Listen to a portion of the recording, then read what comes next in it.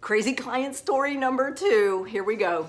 I have noticed over my 35 years of doing nails, the worst clients, the ones who complain the most about their jobs, are teachers. Sorry, teachers, I hate to break it to you, but out of every last stinking profession of my clients that I've ever had, and I've lived in multiple states, in large cities and small towns, teachers complain the most about their jobs.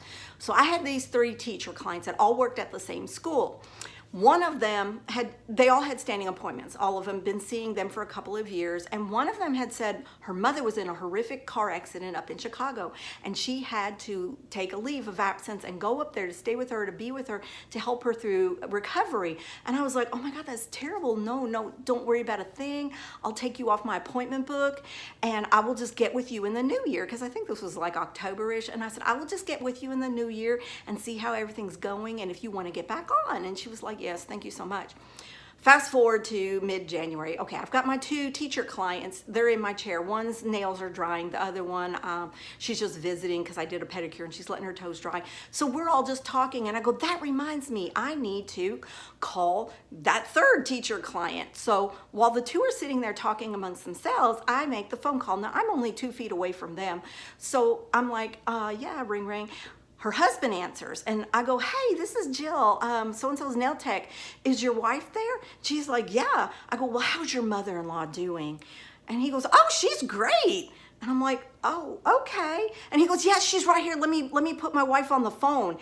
And at that moment, when he put the wife on the phone is when it dawned on me that the entire story that she told me about her mom's car wreck was a complete fabrication.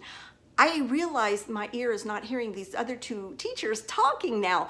They're quiet. They're listening to this convo. I can feel the heat coming up my chest into my face, burning red with embarrassment because I've realized I have been lied to and I've now caught this woman in a lie. The husband's thrust her on the phone. She has no time to get her story straight. She's stammering on the phone, you're stuttering, and I'm like, it's okay, it's okay. She's like, no, Mama's doing much better, but I still have to go up there, on the weekends, blah, blah, blah. And I knew she was lying. She knew that I knew that she was lying. Everybody in the room knew that she was lying. I was just so embarrassed. I was like, well, yeah, just call me whenever you need me. Click, And so the other 2 teachers, when I turned back to them, I just had this look of like confusion, horror, embarrassment, And the other 2 teachers are like, Jill, she was never on a leave of absence. She's been here working this whole time.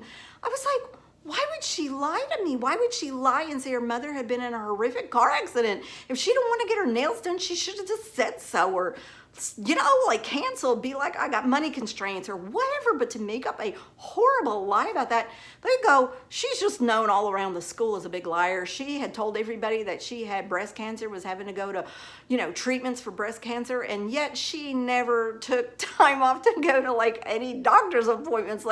What? Who? Yeah, I don't even understand. So anyway, nail techs, that's a crazy client story. And you're going to have plenty of them if you stay in this business as long as I have. Peace out, nail techs.